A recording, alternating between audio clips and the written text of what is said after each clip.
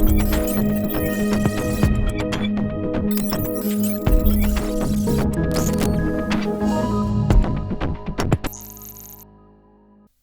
have about 40 minutes to talk a little bit about multicast and what Broadpeak does. My name is Xavier. I run business development at Broadpeak. I'll give you one slide about Broadpeak and what we do, the topic of the presentation, which is to multicast or not multicast. That is the question. Broadpeak, who we are, where do we come from? We came out of a spin-off from Technicolor 15 years ago when the company decided that there may not be a lot of future in video streaming. That might not be something that the company wanted to do. So 6 people left Technicolor through a spin-off, a management sort of buyout spin-off into Broadpeak, and the company started very small about 15 years ago to grow into a company of 300 people today. As we're celebrating our 15th anniversary, you're all very welcome at IBC. We'll be doing a little birthday party, so come to the Broadpeak booth. It'll be nice to see you again.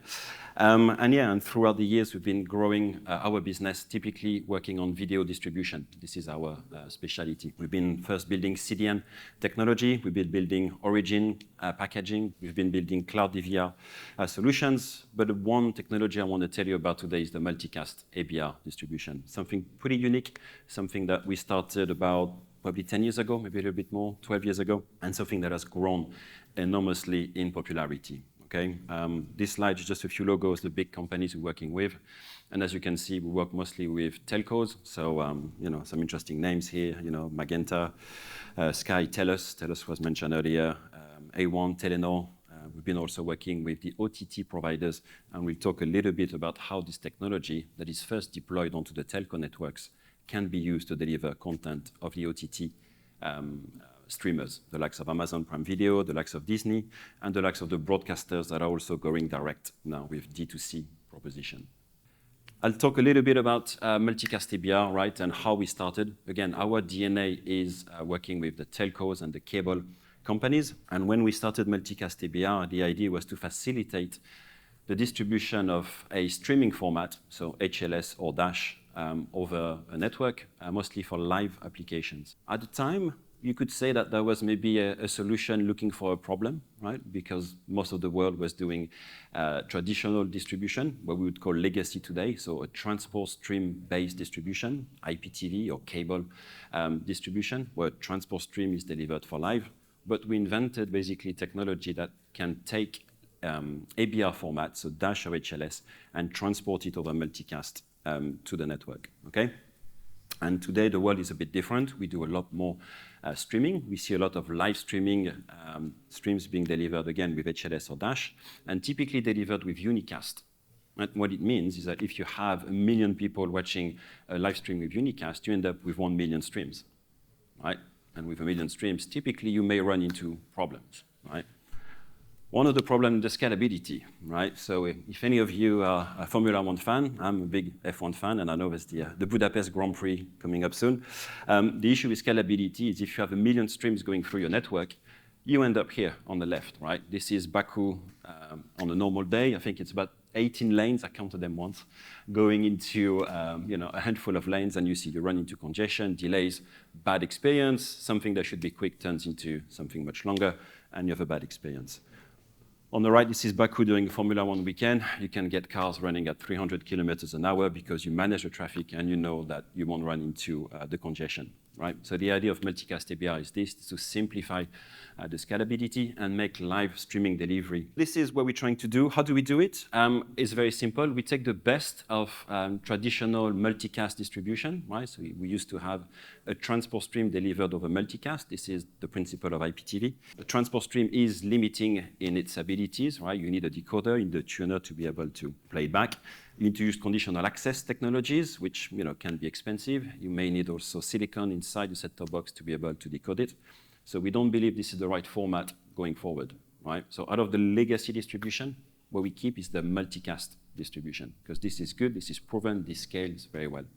And we combine this with the streaming world. And the streaming world is good for the evolution, right? The ability to innovate. Innovation today is not with transport stream. Innovation today is with streaming formats.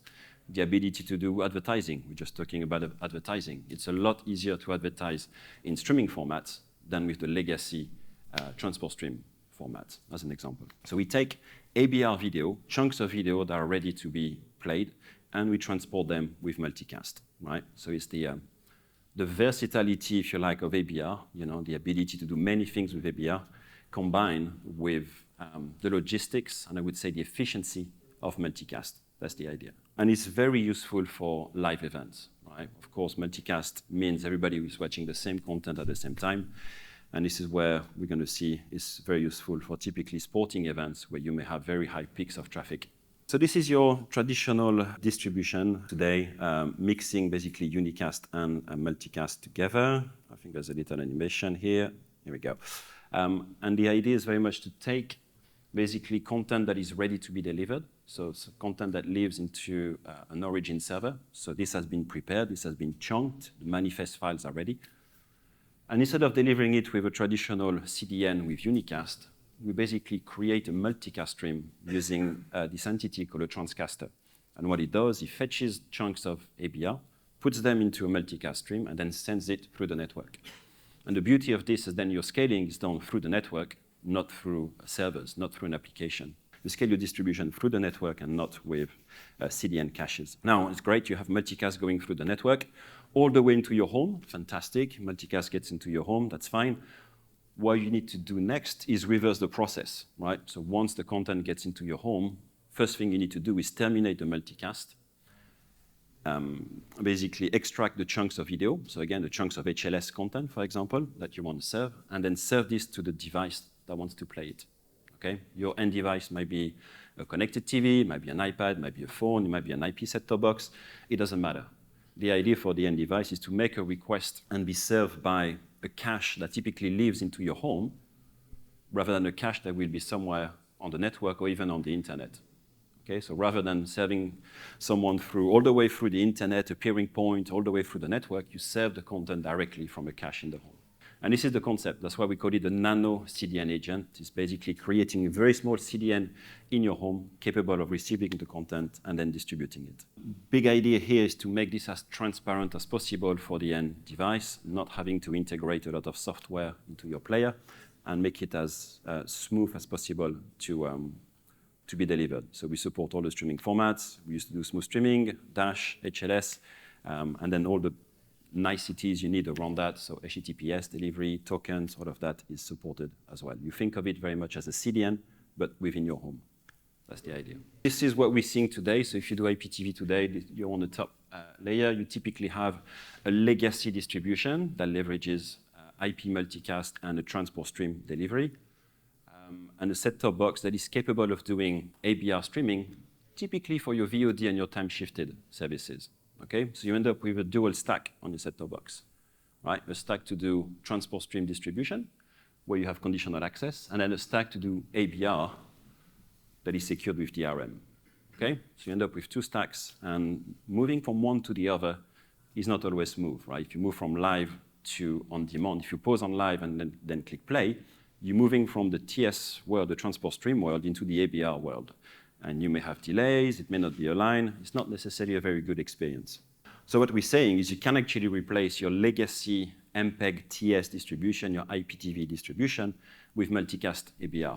You continue to use the multicast, and instead of delivering a legacy stream, you deliver chunks of live ABR video. And that's you see at the bottom here. You have one stack on the set-top box. It's 100% streaming. It's 100% ABR. It's a lot simpler. You secure this with DRM, no more conditional access. And you can also acquire set-top boxes that are cheaper, right? You have a wider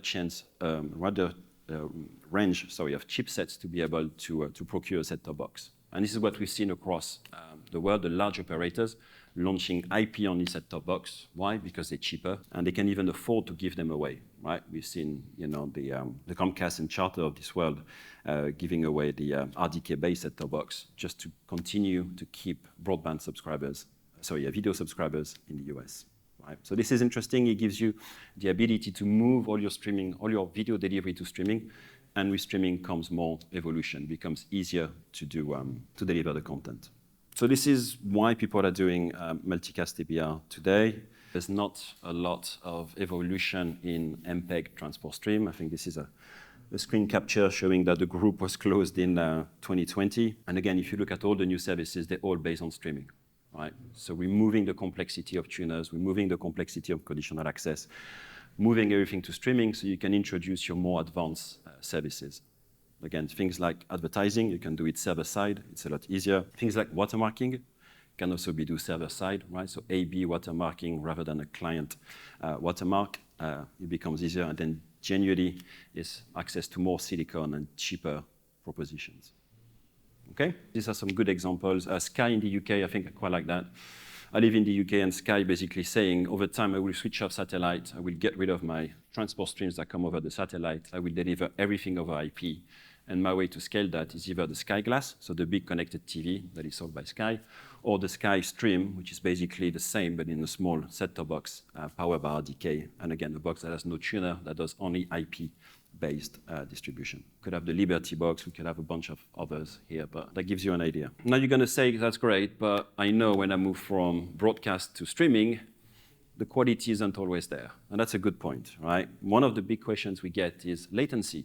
Right? If I move from my traditional broadcast to streaming, am I going to increase the latency? Is my stream going to be delayed because of that? And when you think about latency, you need to realize that latency basically is a little bit like a safety net that is built into the streaming protocols, right? Because the streaming protocols are not guaranteeing the delivery of the content. Typically what you do as a player is you're going to download more chunks before playing your first chunk. So you download your first chunk, you download the second one, the third one, and then you start playing, right? So if something happens during your play out, you know that you have enough buffer inside the player to avoid rebuffering event, right? And that's where most of the latency comes from today in streaming. Now with MABR, what we do is we guarantee the distribution. We know that the next chunk is going to arrive because this is delivered with multicast. It's a bit like a train. There's no, or there should not be, congestion on the train networks, right? It's more likely that you have congestion on the roads. So because the content is more likely to be delivered, you can be more aggressive in your buffers inside the player, right? And this is what we've seen here with Claro. So Claro is the video service of América Móvil, the largest telco in the world across 14, I think, networks in Latin America. And basically they were comparing traditional cable, legacy cable distribution with multicast TBR and CMAF format, right? And the latency there was less than 1 second. You can't see it here. You know, it's not a very good slide. I think we should have the videos running side by side. But we have a video that actually shows the latency being less than 1 second, right? So when you move to streaming with MABR, there is no regression in quality. You don't go back. You don't increase the latency. Why would you be doing it, right, as a network operator? The answer is very simple. It's super efficient, right? Because you send multicast once, and it's a network that is going to basically duplicate it and send it across the various parts, you end up with massive network saving. So depending where you look in the network, but we typically are around 80 to 90% savings in the aggregation, in the core of the network, compared to unicast distribution. In your access on your fiber, connecting all of us to the broadband or the cable is different because the stream still has to travel to your home, of course, right? So 1 million stream will still be 1 million streams at the end, but it's within the network that you can scale better. You might be sending it once, and then it will be duplicated tens of thousands or millions of times as needed. Okay, so you see it here. This is the efficiency. About 85–90% of the bytes in blue have been delivered with multicast, and the bottom part shows the retransmission, right? And retransmission are done with unicast. And you want to do retransmission typically if you change a channel. So moving from one channel to the other, you start with unicast, so it's a little bit faster. If you do time shift, so if you pause and then play, you will leave the multicast and be served with unicast, of course. And then if you have also a correction, right? So if you send packets over Wi-Fi, something happens, you don't get a good quality, you can retransmit using unicast. Okay, but typically it's 10–15% max of the bandwidth. This works at scale. I think this one was 27 million sessions over 48 hours. So this works at scale. This is Megacable in Mexico, a very interesting operator. They used to be full cable, and they bought a fiber network. They decided that it would be a good idea to deploy new technologies on the fiber network. Don't take the legacy and put it onto the fiber network. So they moved everything to streaming and been working with them on CDN, Cloud DVR, multicast DVR distribution, and it's working really well. Right? So about 3.5 million users today. Other large references, BCN in India, 2.5 million users. And Beeline was 2 million users in Russia. So this works at scale, and this works well for your own TV service on your own network. Okay, so you own the network, you have the TV service. It's a great way to deliver a streaming experience at scale to multiple devices without incurring all the costs of distribution. What else can you do with this? Well, if it works for your video service, for your distribution, guess what? It can also be super interesting for the OTT providers, right? And we've seen a lot of those providers basically acquiring rights for sports, for example, and then delivering live events over your networks, right? So whether it's Prime Video in the US, buying the rights for the NFL, they typically peak at about, I think, 15 million streams. Or DAZN buying the rights here in Europe. So the Spanish football, the German football, the Italian football, the French football, they tried and it didn't work very well. I think they're pulling out of France. It's been interesting. But yeah, DAZN has been very aggressive in buying exclusive rights. And guess what? They create problems, right? When DAZN was first introduced in Italy, they took the Serie A, so the top football in Italy, that was delivered over terrestrial TV, so over DTT and satellite. And they put it onto streaming. They say, yeah, we're going to deliver this, and we're going to work with the global CDNs that have plenty of capacity to deliver this to the end users. And the telco said, yeah, we also have loads of capacity in the network. Everything's going to be fine. It wasn't. They run into a lot of issues. They run into issues typically between the CDN and the telco. The content still has to traverse peering points, and there was not enough capacity to get through the telco networks and then be delivered. So the first couple of weeks, I think it was, even month, when they moved across was really bad. The Italian regulator got involved. I mean, it was a bit of a mess. But what we learned at the time we're working with Telecom Italia is that the technology we actually sold to Telecom Italia was super useful for someone like DAZN to be able to deliver their streams, right? So we had a bit of a eureka moment. Great, we sell technologies to the telco that can actually help them deliver third-party streams on the network. And given where the world is going, with more and more live traffic being moved to streaming, that's a big thing, that's an asset. DAZN typically has a multi-CDN strategy. So they buy CDN from the large players, the Fastly, the Akamai of this world. And in the case of Telecom Italia, they actually buy the equivalent of a CDN service from Telecom Italia that uses basically the multicast distribution. All right? So this is interesting. Yeah. Yeah. And it makes sense, because without it, they get a crap service. So, there is value in what you're building here today. Even in 5 years, 10 years from now, you may not have the video service. You still have the best network to deliver video. And live video is more difficult to deliver than on-demand video. On demand, you can buffer. You can have your Netflix with 5 minutes of buffer in front of you. Your broadband might go down. You still play. Your broadband comes back up, and you don't even know that your broadband went down. It's an interesting time, I think. And now in the UK, for example, we start to talk about switching off terrestrial TV the next probably 8 years.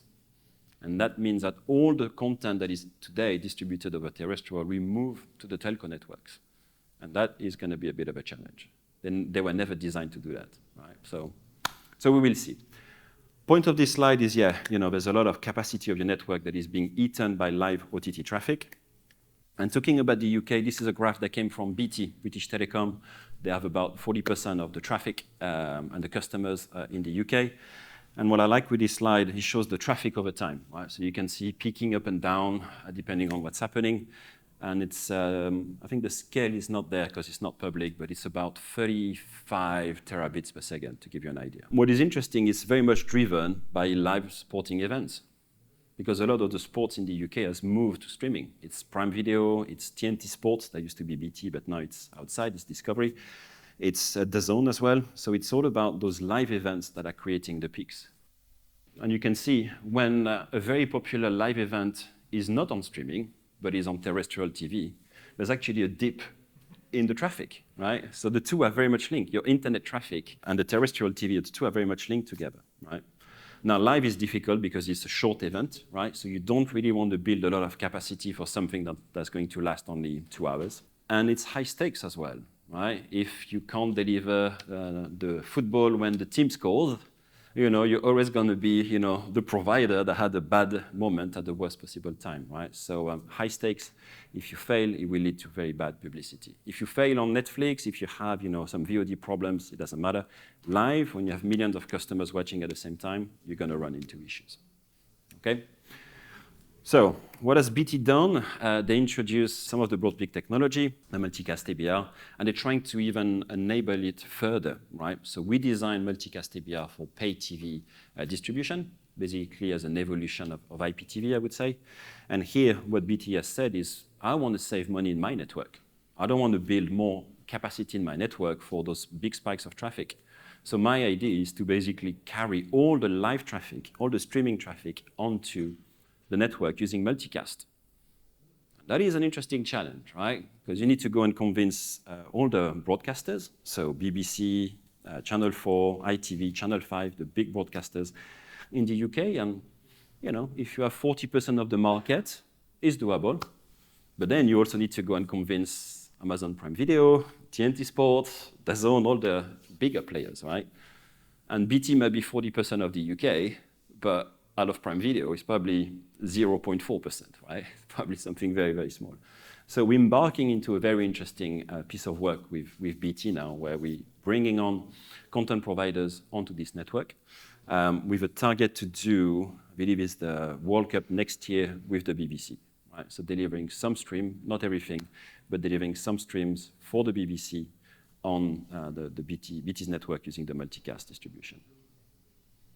So that's an interesting one. The idea, of course, is then for us to sell this technology outside, make it more interesting, so go into the other UK ISPs and then go into other European ISPs.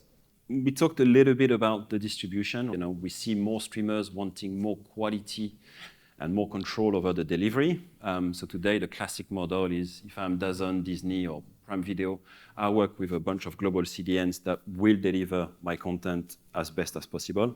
And what we're seeing now is more appetite for putting either caches or putting infrastructure close to the end users to be able to deliver my content. We go back to the traditional distribution. The closer I am to my consumers, the better it's going to be the experience. It's a bit like when you buy something online, right? If you buy something from Amazon and it's delivered from a warehouse close to you, it gets to you quickly. If you buy something from Alibaba in China, it will get to you after a few weeks, and maybe with tax, maybe not, right? So the closer you are, the better the experience. This is true for streaming as well.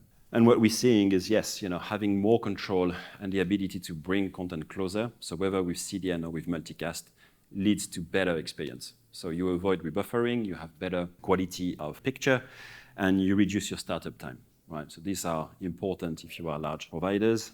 There's another angle that I didn't see coming recently. We had a conversation with Disney, and in this crazy world, so without going to politics, in this crazy world, Disney was making a very interesting statement, saying, I'm not sure that in 6 months' time, I will be able to work with American companies to deliver my content in Europe.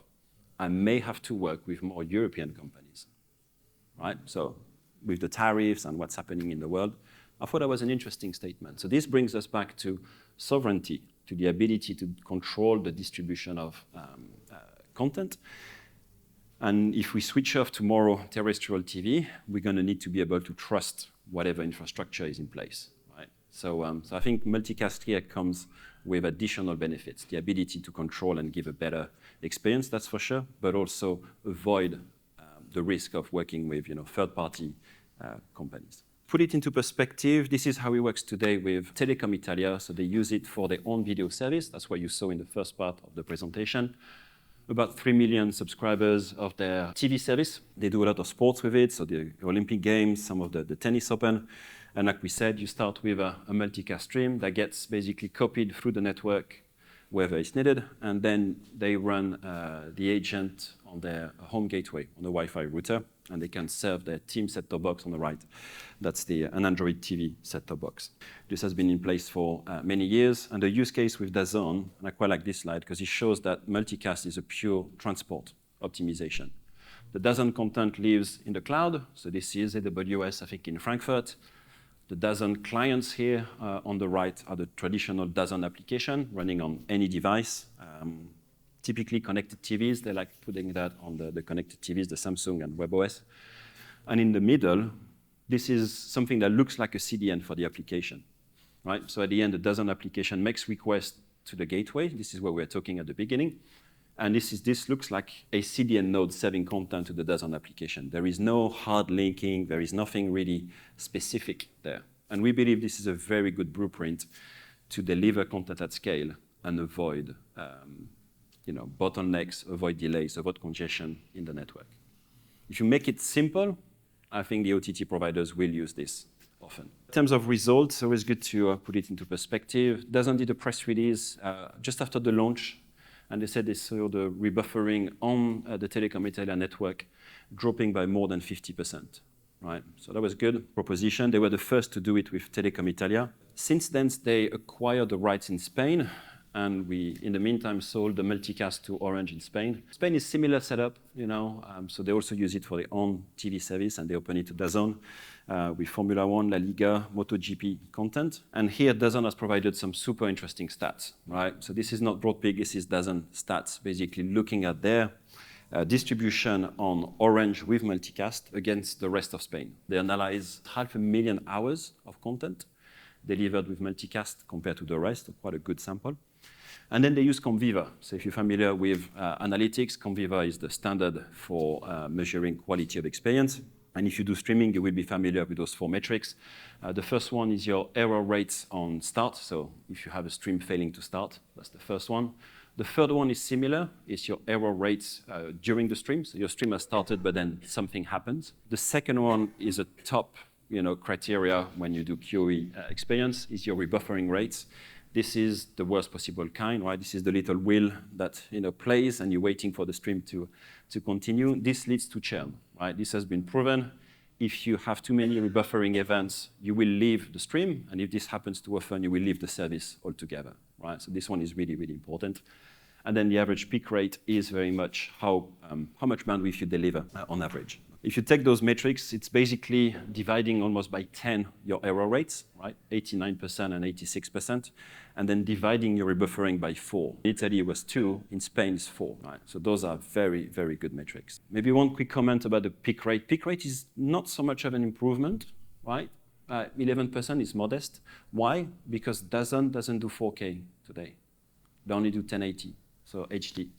If they were doing 4K, we would see a much higher adoption, because again, with 4K, you can deliver more bandwidth, and with multicast, you guarantee that this will happen. Right? So I'm a little bit disappointed by the 11%, but that's for maybe next year. Okay, so it works well for the OTT providers. That's what I would say. Finally, multicast ABR, I said it at the beginning, it was potentially a solution looking for a problem where we didn't have streaming onto the TV. Now all the TVs are streaming. You have a lot of demand for streaming. Your latest set-top box only do streaming. So this is the world we're going in. And you can see as part of that, we've delivered multicast ABR to many different customers. I think along the way, there's been some big names, the likes of Jio in India. So that's a big one. They do the cricket with tens of millions of streams. Team has been a big name, Orange, British Telecom now, Vodafone also getting into it, so it's becoming more mainstream. And I think there's a bit of a mass effect, because when we work with the OTT providers, they always come back and say, okay, where are you deployed? And now we can say, look, we can cover most of Europe.